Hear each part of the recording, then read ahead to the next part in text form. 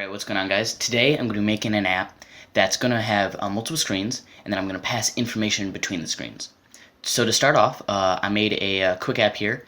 All it is a blank screen with a button in the middle that says open, and then I set up the find view by ID and a set on click listener. So we're all set to go from there. So this is just one screen, so now we need to make the second screen. So to do that, all you do is go to Android, App, Java, and then you'd open up this folder, and then you'd see main activity. And so all we do is click on this folder, right click, go to new, and then activity. And you could choose any of these activities. We could test some of them out, but all we really need is a empty activity. And so then it's going to pop up this dialog, and then we can name it whatever we like. We could just say screen 2. And then we do have an option here to make launch activity.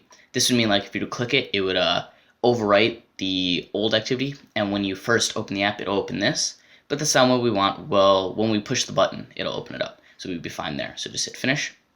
And now it's going to make two files for us, the XML for it. Actually, it's right here, the XML for it, and then the Java for it. So that's all we need there. So now we could go back to our main activity.java, and we're going to make an intent variable. So an intent variable is exactly how we're going to open up the second screen. So it's a variable, so type intent, call it whatever you want. I'm going to call it intent equals new intent.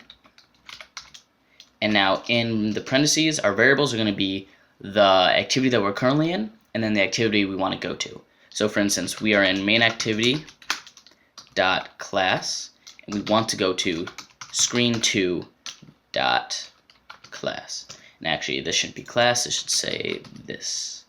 And then, so intent's not going to work. That's because it didn't automatically put a import in.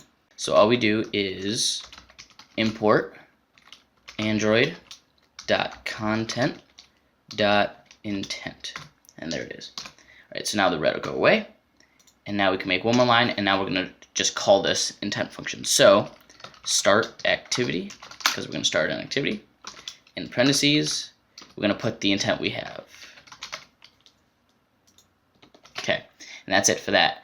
Now we could actually just run this from here. And what we should see is when we click that button, the clicker button, it'll open up the new intent. Alright, here we go. We'll open it up. Click open. And it's kind of hard to see, but this is the new screen that we have. What we could do is put something in there to just make it more obvious. But for the most part, that's it. But one other thing that we can do is we can actually send information between them. So what we can do is go back here before start activity and type intent.put, and then what we want is extra. So we have all these options. Basically what we're doing is, if you hit 1, we're going to put in a name, a value. So we could say item 1. And then next, after the comma, is what we want to send. So I'm going to send a string, and the string is just going to say hello screen 2. Okay, and now that'll take care of the rest. So now this string is going to get sent to the next screen, but we have really no way to display it. So what we want to do is go into the activity screen2.xml, and I'm actually going to put a button in here, and we could do something else with the button as well as use the label function within the button. So right now it's just going to say new button. That's fine. We're actually going to change the text, and so we got to pay attention to its ID. It's called button2.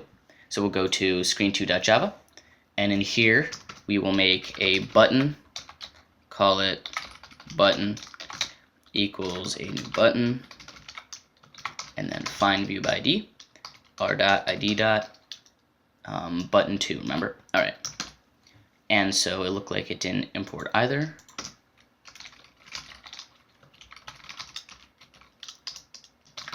Okay, and now that's all set. And now here we can do another button.set on click listener and a new on click listener once it puts it in. Alright, so now here what we're going to do is when we click this button, it's going to close the screen. So all we have to do is type finish, and that's it. So now it'll close the app. But what we want to do beforehand is get the data back that we sent, where we send hello screen 2. So we can actually change the text of button when we first open it up. So we could do button.set text, And now we want to set it to the data that we got from before. So what we'll do is make an intent variable, again, intent, I'll call it in, and that's going to equal get intent. So it's going to find the intent that called this function, all right?